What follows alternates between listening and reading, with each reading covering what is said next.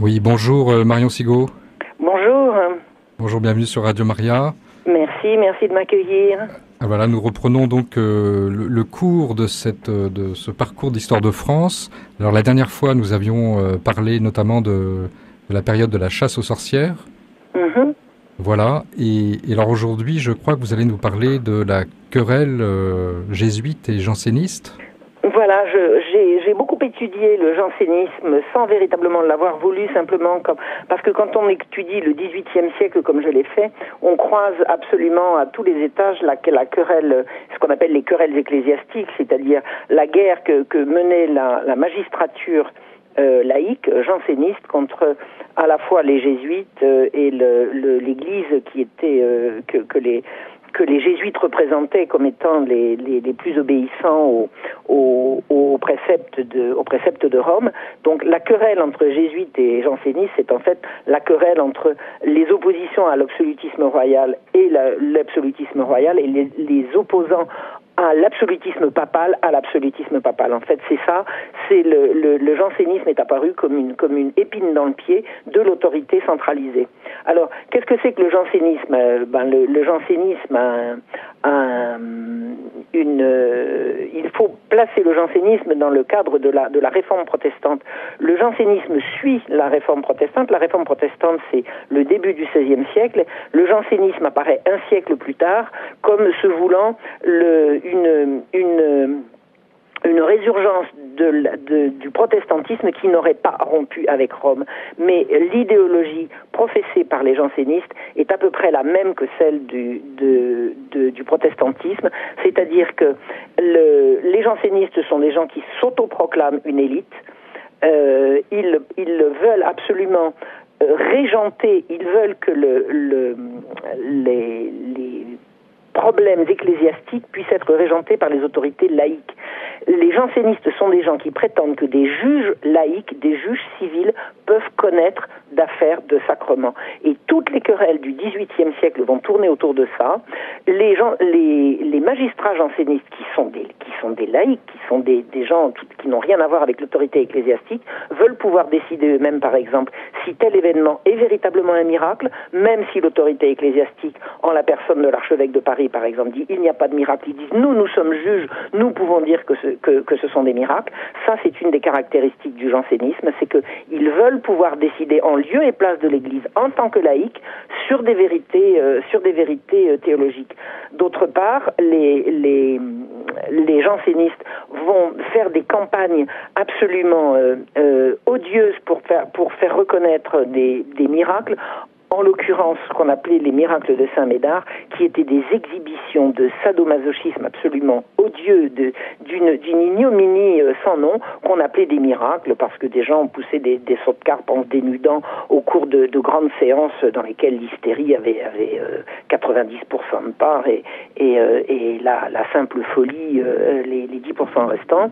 Et les jansénistes ont voulu absolument imposer leur vision, et l'autorité ecclésiastique, en l'occurrence les différents archevêques de Paris, se sont opposés violemment, et les jansénistes avaient la part belle à exciter les foules contre l'autorité ecclésiastique. Quand les pseudo-miracles qui avaient lieu à l'église de Saint-Médard quand l'église de Saint-Médard a été fermée, enfin le cimetière de Saint-Médard où avaient lieu ces singeries a été fermé par l'autorité du roi, les jansénistes ont marqué sur l'entrée du cimetière, par ordre du roi, défense à Dieu de faire miracle en ce lieu. C'est-à-dire qu'à la fois ils mettaient les rieurs de leur côté, et ils osaient prétendre que l'autorité du roi, qui mettait fin à des scènes absolument lubriques et ignobles, faisait insulte à Dieu en interdisant à Dieu de faire des miracles. Donc cet état d'esprit des jansénistes a consisté à vouloir être plus royaliste que le roi et plus papiste que le pape, et décider en lieu et place des autorités compétentes de dire le bien et le mal. Et ça se rapproche beaucoup du protestantisme. Autre chose qui se rapprochait beaucoup du protestantisme, une espèce de rigorisme moral absolument intenable. Être janséniste, c'était, disait-on, au XVIIIe siècle, avançait, la tête baissée, vêtu de noir, avec un air contrit, les mains jointes, et traversant la ville comme ça, en appelant sur soi la damnation de toutes les âmes pures face à l'horreur du péché que l'on porte, etc. Et dès qu'ils arrivent dans des lieux privés, ce sont des noceurs, ce sont des partouzeurs, ce sont des gens qui vont faire à l'intérieur de l'hôpital général, et ça, mon travail, le travail que j'ai fourni pour raconter ce qui se passait à l'hôpital général tenu par les jansénistes, est là pour en attester. Ces gens ont commis véritablement des abominations sur des femmes et des enfants qui étaient sous leur autorité. J'ai notamment, dans mon travail sur la Marche rouge, montré que l'essentiel des querelles ecclésiastiques du XVIIIe siècle, pas l'essentiel, mais une des querelles essentielles entre les magistrats jansénistes et l'autorité du roi était pour la direction de l'hôpital général, qui était le réservoir des pauvres de la capitale.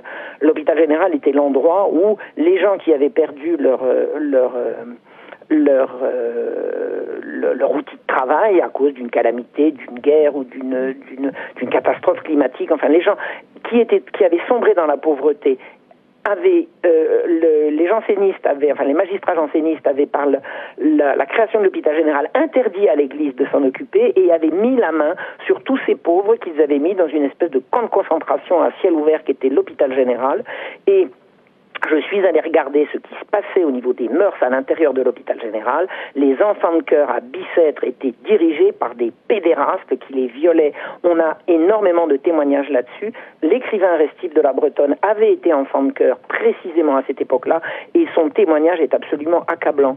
C'est-à-dire que ce qu'on a présenté comme des querelles ecclésiastiques, c'était en fait des querelles pour savoir qui aurait la main sur les pauvres du royaume, des pédérastes qui se cachaient derrière la rigueur janséniste, ou une autorité légitime religieuse obéissant à une hiérarchie et qui pouvait rendre compte de ce qui se passait. Et ce sont les jansénistes qui ont eu gain de cause dans cette lamentable affaire, et tous les malheureux de l'hôpital général, après que le roi ait véritablement fait pendant un temps du mieux qu'il pouvait pour essayer de leur retirer l'autorité, le tollé a été tellement général, les magistrats ont lancé des grèves tellement virulentes que finalement le roi a fini par leur rendre l'autorité et qu'on a regardé ailleurs. Et je prétends, et j'ai vraiment étudié le problème, que la source des réseaux pédocriminels dans les services sociaux en France tient sa source dans de l'hôpital général, mené de main de maître par les autorités judiciaires faisant profession de jansénisme à l'époque du siècle de Louis XV. Donc, ce que masquent les querelles dites ecclésiastiques, c'est-à-dire la guerre entre les magistrats et les jésuites, c'est que les jésuites, rendant compte à une autorité supérieure, n'auraient jamais pu commettre toutes ces atrocités. Et croyez bien que si les jésuites avaient commis en leur temps la moindre exaction contre des élèves dans leur collège, étant donné qu'ils avaient toute la magistrature janséniste contre eux, la moindre plainte ou le moindre soupçon se serait immédiatement retourné contre eux. Et ça n'a jamais été le cas. Jamais, les jésuites n'ont été pris ne serait-ce que si, il y a eu une affaire qui s'appelait l'affaire de la Cadière, où un jésuite a été accusé d'avoir abusé d'une pénitente, mais il y a eu un procès et le jésuite a été blanchi. C'est la seule affaire où un jésuite était poursuivi pour des affaires de mœurs. Alors que je peux véritablement attester, et mon livre La Marche rouge est véritablement l'explication de tout ça, que les magistrats jansénistes qui s'opposaient de toute leur force à l'autorité de l'Église et à l'autorité des jésuites étaient des gens qui faisaient des abominations sur les femmes et les enfants enfermés à l'hôpital général. Voilà. Donc c'est la face cachée de cette opposition. Il y a eu l'autre grand souci.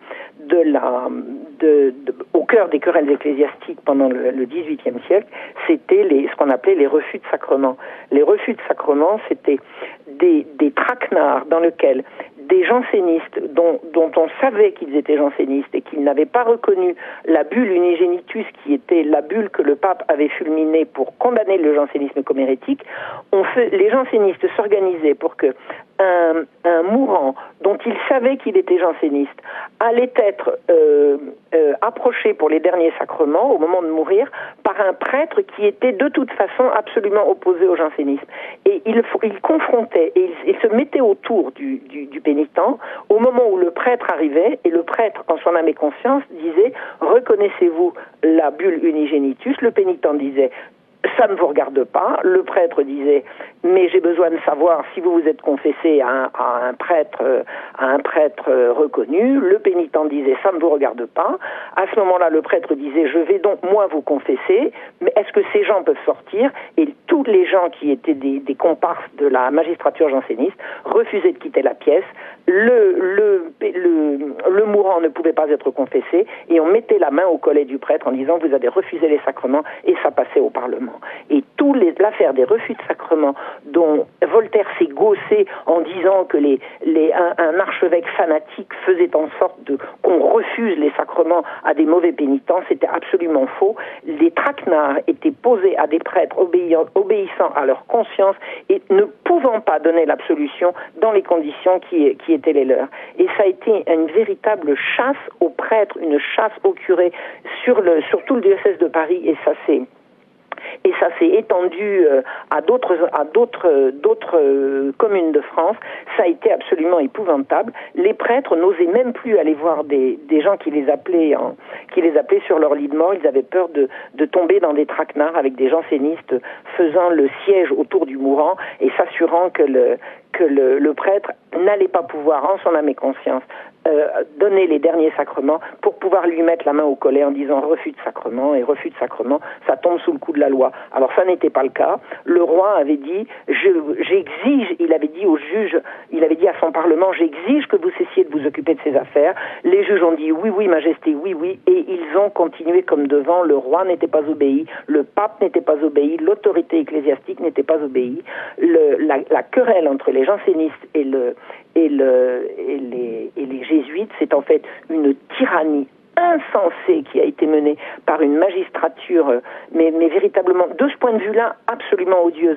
Je ne mets pas toute la magistrature dans le même sac, et je ne réduis pas tous les combats de la magistrature à ce combat-là. La magistrature parisienne ou française, royale, disons, a eu des prises de position magnifiques sur certains sujets, notamment sur le sujet des subsistances.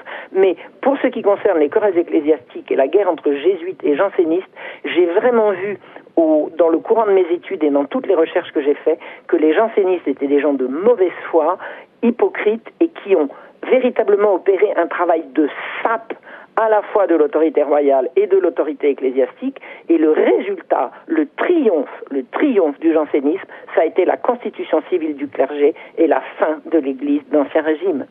Le triomphe des jansénistes s'est vu au début de la Révolution, quand l'autorité royale déchue, parce que dès le début de la Révolution, l'autorité royale a été déchue, a été obligée de signer cette honte, cette horreur qu'a été la constitution civile du clergé, c'est-à-dire que le clergé n'obéissait plus à sa conscience et à son autorité supérieure, mais à des malfrats qui venaient d'opérer un coup d'État contre la vie même du peuple français en l'occurrence. Voilà. Et alors, Marion Sigaud, on peut dire aussi que vous parliez tout à l'heure de rigorisme à propos du jansénisme, parce que ce jansénisme en France en particulier, il a laissé une trace au-delà même du XVIIIe, il a laissé une longue trace dans la société française. Absolument. Le jansénisme avait comme caractéristique de rendre la religion odieuse aux chrétiens. C'est-à-dire que un janséniste estimait qu'une pénitence n'était jamais assez forte, que vos péchés n'étaient pas encore suffisamment reconnus, que vous alliez trop souvent approcher les sacrements. Il culpabilisait les gens de telle sorte qu'il faisait que la religion était quelque chose d'intenable. Il prêchait par exemple à l'intérieur de l'hôpital général un rigorisme tellement insensé que finalement on envoyait tout bouler. Donc le travail essentiel du jansénisme a consisté à dégoûter les chrétiens d'être chrétiens. Je vois dans les différents mandements qui étaient pris à l'époque par l'archevêque de Paris, on voit dans tous les mandements de l'archevêque de Paris, Monseigneur de Beaumont, pendant toute la période où il a été archevêque, c'était toujours à la fois faire le bien, mais avec le plus de douceur et le plus de douceur possible, pour que les gens se sentent bien, tout en respectant les sacrements et les règlements. Alors que les jansénistes, leur idée était toujours l'inverse. Il fallait que les gens se sentent mal et qu'ils n'aient jamais l'apaisement, qu'ils ne se sentent jamais capables, dignes d'être pardonnés. Et l'œuvre essentielle du jansénisme a consisté à déchristianiser la France. Et je pense que le rigorisme janséniste a consisté à dégoûter les gens de la religion. Alors, je voudrais vous dire quelque chose d'un petit peu personnel. Je me souviens que ma grand-mère, qui était certainement une très sainte femme, pour qui j'avais beaucoup d'affection, avait, de son acception de la religion, une vision totalement pessimiste. Ma grand-mère estimait qu'on était là pour souffrir. Et ma mère m'a dit un jour, mais ta grand-mère était janséniste.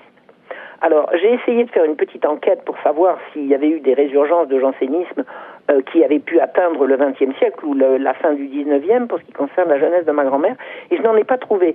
Mais c'était quelque chose qui était passé dans les mœurs, que si on avait la religion triste et lugubre, c'était du jansénisme. Et je crois effectivement que quelque chose de ça est resté dans une partie importante de l'Église de France, ou en tout cas des chrétiens de France. On est là pour souffrir et la religion, c'est quelque chose de triste. On n'attrape pas les mouches avec du vinaigre. Je pense que la rigueur, bien sûr, est de règles et de mise.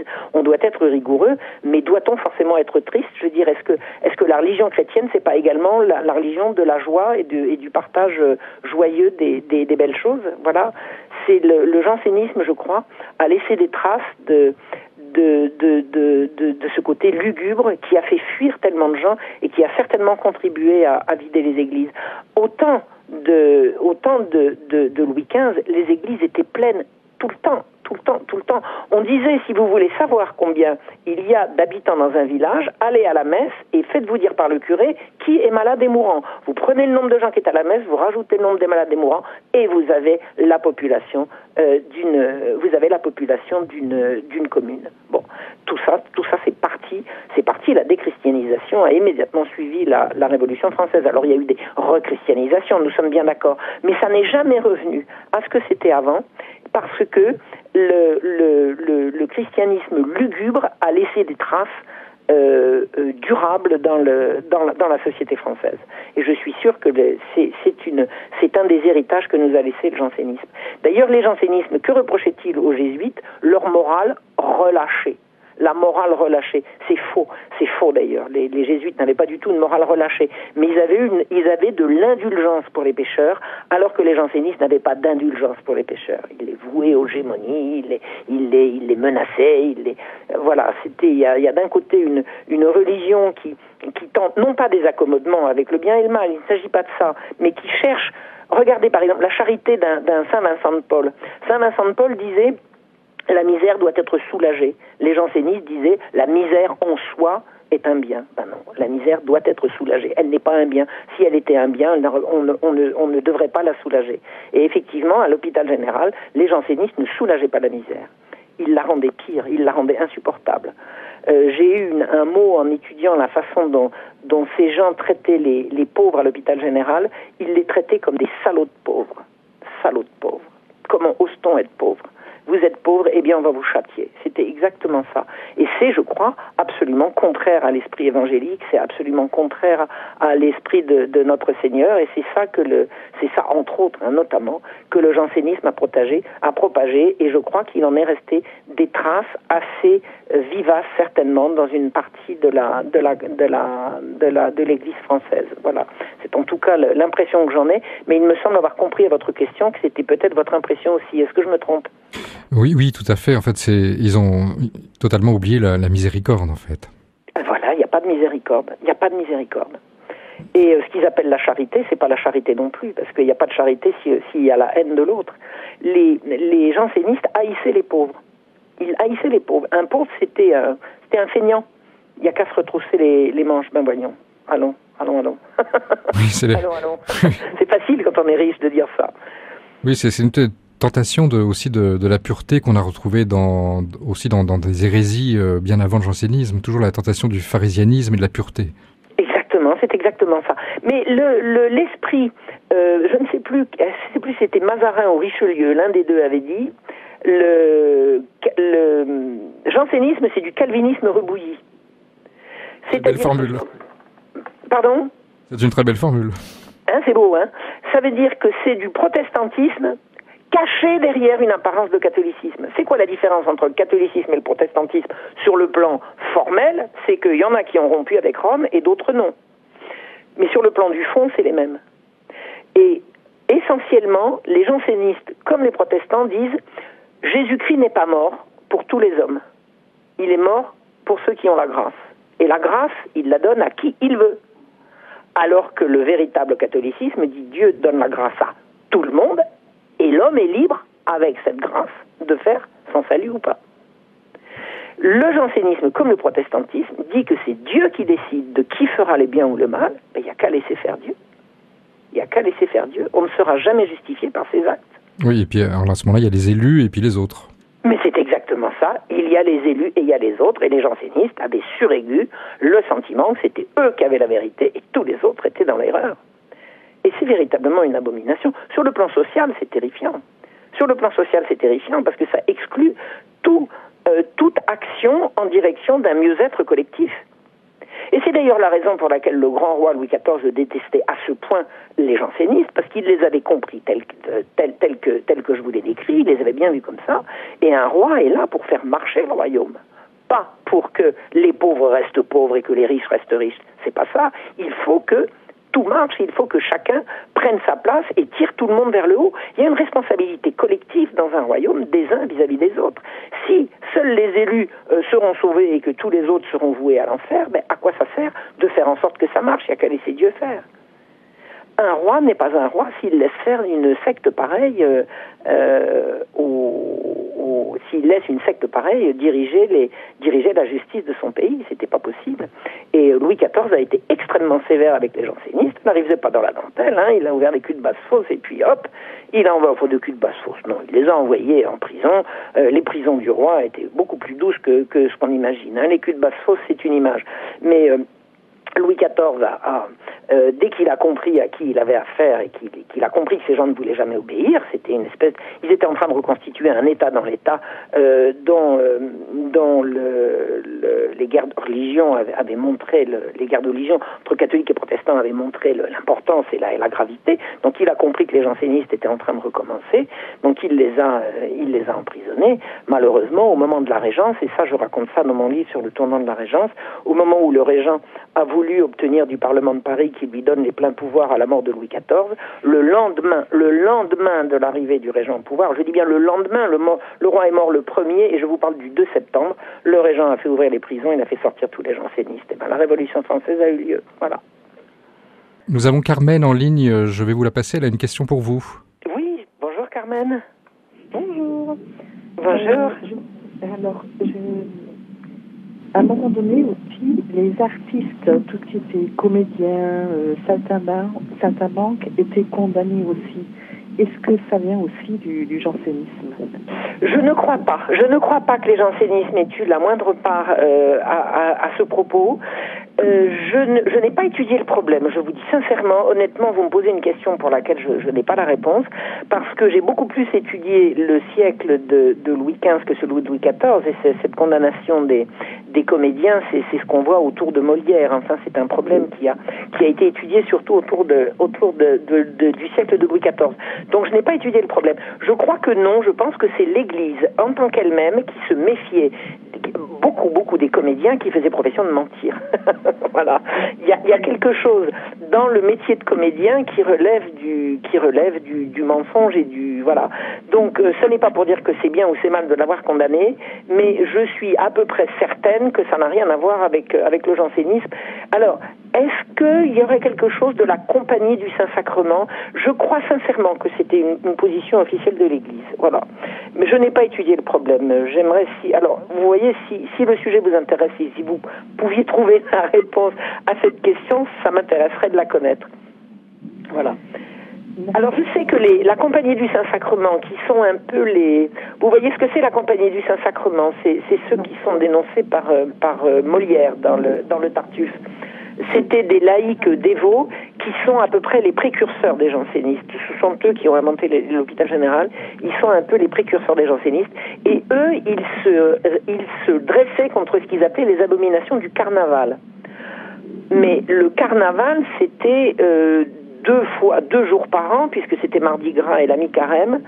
Et eux estimaient que c'était des choses qui devaient être interdites, mais que l'Église autorisait à ma connaissance, parce que c'était une transgression ludique tout à fait limitée dans le temps, qui était Mardi Gras et la mi-carême, où on avait le droit de renverser les codes, où le pauvre jouait au roi, où le roi était représenté en pauvre. Donc je sais que ces hypocrites de la Compagnie des Saints-Sacrements ont essayé d'en venir à bout, mais que l'Église n'était pas d'accord pour que c'était pas une revendication religieuse de venir à bout du carnaval. Enfin, carnaval et les comédiens, même si ça semble relever de la même chose, ça n'était quand même pas le même statut. Le carnaval, c'était une transgression autorisée 2 jours par an pour tout le monde, alors que les comédiens étaient des gens qui faisaient profession de mentir, quoi, de mentir. Mais ça n'est pas moi qui condamne, hein, je n'ai pas d'opinion là-dessus. Il me semble que c'était effectivement une position officielle de l'Église. Voilà. Et Carmen, vous avez une autre question ? En fait, oui, la racine du jansénisme, ça vient d'où ? Cornelius Janssen était un ecclésiastique qui avait fait ses études en même temps qu'un certain abbé de Saint-Cyran. Il s'était connu jeune à Ypres, je crois. Et il y a un récit qui dit que ces 2 jeunes gens, alliés avec certains autres, ont fait une espèce de serment de renverser les vérités religieuses et d'apporter au monde la nouvelle vérité. En fait, ce sont des gnostiques. Donc, le jansénisme vient de Cornelius Janssen, qui a fait un certain nombre d'écrits. Il est mort assez tôt. Le jansénisme a beaucoup prospéré après sa mort. Et Janssen et Saint-Cyran étaient 2 amis. Il y a un livre très intéressant d'Étienne Couvert sur la gnose et le jansénisme qu'il faut lire pour comprendre que c'est une attaque gnostique contre les vérités catholiques. Voilà. Est-ce que ça répond à votre question ? Pardon ? Est-ce que ça s'est étendu dans d'autres pays que la France ? Alors, je n'ai pas étudié, je crois oui, mais c'est essentiellement français et je crois effectivement qu'il y a eu en Belgique et oui, je crois que dans les Flandres, il y a eu du jansénisme. Je vais vous dire une bêtise. Je pense qu'il faut aller regarder plus loin que ce que je n'ai fait. J'ai vraiment regardé le jansénisme en France, et c'est en France qu'il a beaucoup essaimé.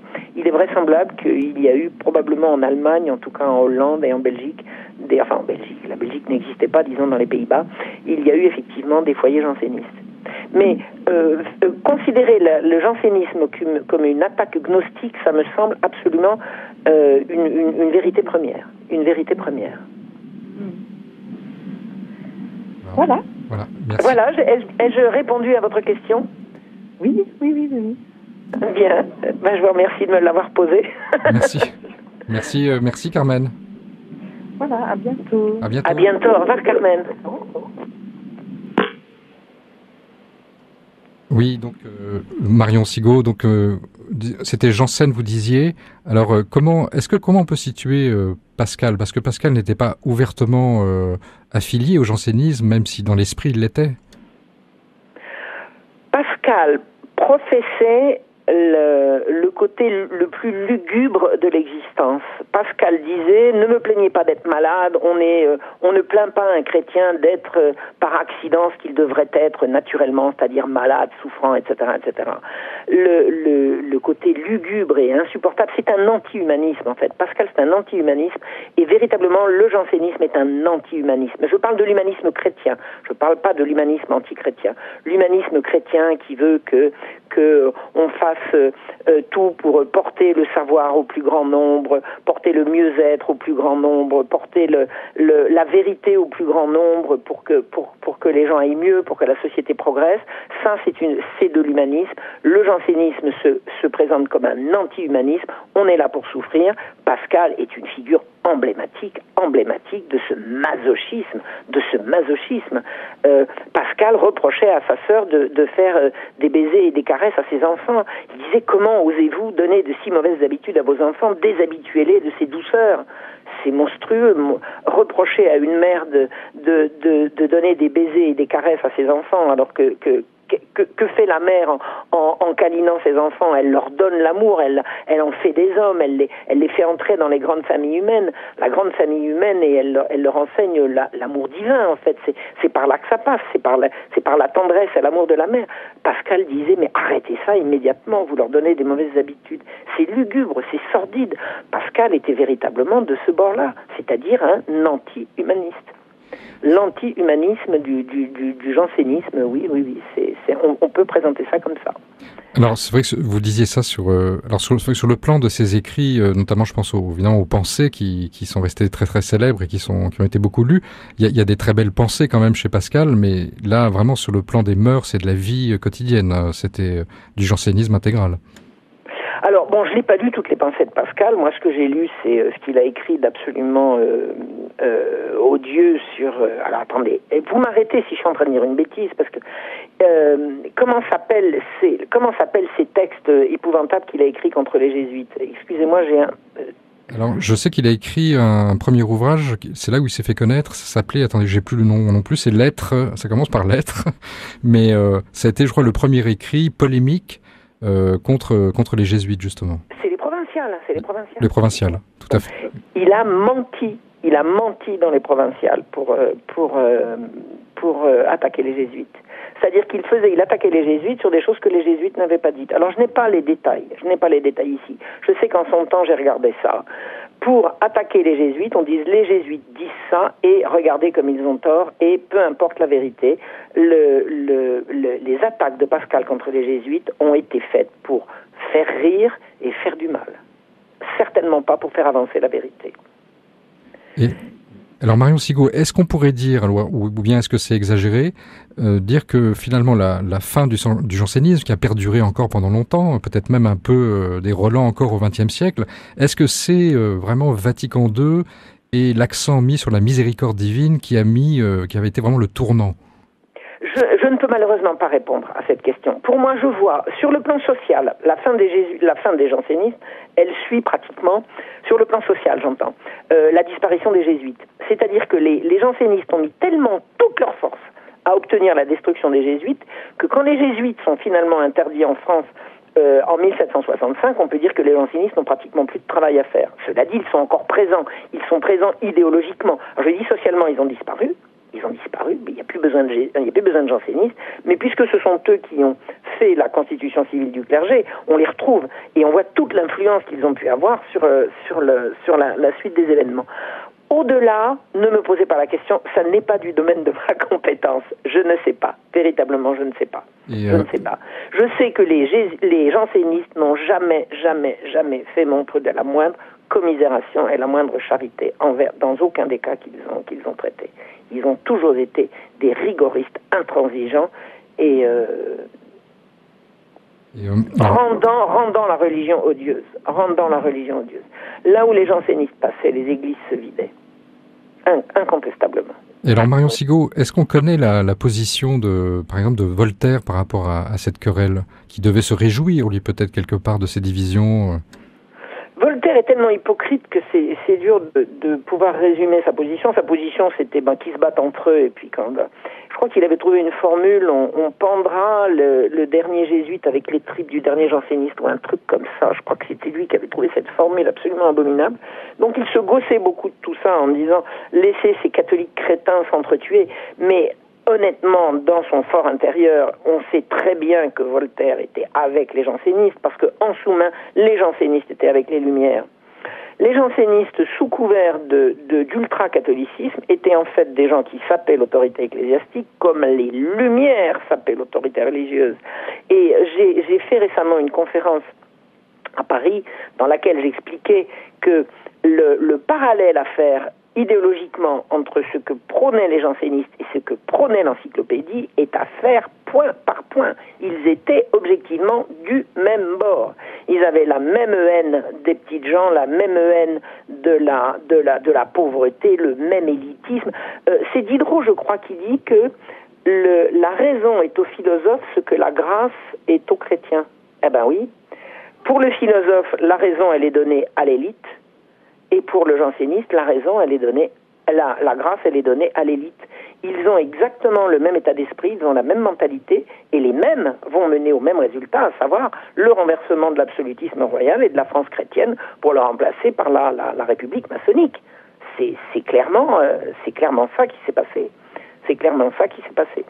Donc Voltaire, officiellement, renvoyait les uns et les autres à dos, mais franchement, Voltaire, il a applaudi à tout rompre quand les jansénistes ont réussi à venir à bout des jésuites. De toute façon, Voltaire avait raison de se réjouir, puisque lui, c'était un libéral et il voulait la libre circulation des grains et la suppression des corporations, et dès que les jésuites ont cessé d'être les confesseurs du roi et qu'ils ont cessé d'avoir l'influence qu'ils avaient, c'est là que le libéralisme économique a été instauré, que le prix du pain est devenu prohibitif et que le plus riche royaume d'Europe a commencé à avoir des foules de gens qui avaient faim alors qu'il y avait du blé partout, sauf que le blé était accaparé par les marchands. Quelle différence y avait-il entre avant et après les jésuites? Eh bien, aussi longtemps que les jésuites ont été là pour crier casse-cou, le roi n'a pas écouté les sirènes libérales et il a contrôlé le prix du pain. Et à partir du moment où les jésuites n'étaient plus là, les encyclopédistes, grâce à leurs amis jansénistes, ont réussi à obtenir que le roi signe des décrets laissant librement circuler les subsistances, c'est-à-dire laissant les marchands mener le prix du pain à des prix prohibitifs. Et c'est deuxième cause de la Révolution française. Certainement une des causes principales. Il y en a quelques-unes, ça fait partie des plus importantes. Voilà. Donc Voltaire, de toute façon mentait tout le temps, il disait blanc à l'un et dans la même heure à un autre courrier à quelqu'un d'autre, il disait noir.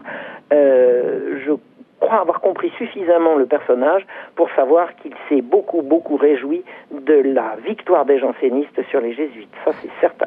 Vous avez d'ailleurs, je crois, un ouvrage, non, sur Voltaire ? Alors, j'ai écrit un ouvrage sur Voltaire. Alors, tout ce que je vous ai raconté peut se retrouver dans plusieurs ouvrages. Ce que je vous ai dit sur l'hôpital général et la mainmise de la magistrature janséniste, c'est La Marche rouge, publiée par Contre-Culture. Sur Voltaire, j'ai écrit Voltaire, une imposture au service des puissants, également chez Contre-Culture, et sur la façon dont le régent de France a lâché la bride à la magistrature janséniste, ce qui a mené à la chute du royaume. Eh bien, c'est mon livre, également chez Contre-Culture, le tournant de la Régence. Voilà. Donc, effectivement, j'ai un livre sur chacun de ces sujets. Voilà. Et j'ai également un livre qui s'appelle « De la centralisation monarchique à la révolution bourgeoise », paru également chez Contre-Culture, qui vous donne un tableau de cette évolution depuis l'absolutisme autoritaire d'un Henri IV jusqu'à la chute de la royauté. Voilà. Eh bien, chez Contre-Culture encore. Merci beaucoup Marion Sigaud. On va renvoyer de toute façon les auditeurs à vos ouvrages. Oui, je vous en remercie. Je vous en remercie. Et on vous retrouve de toute façon le mois prochain.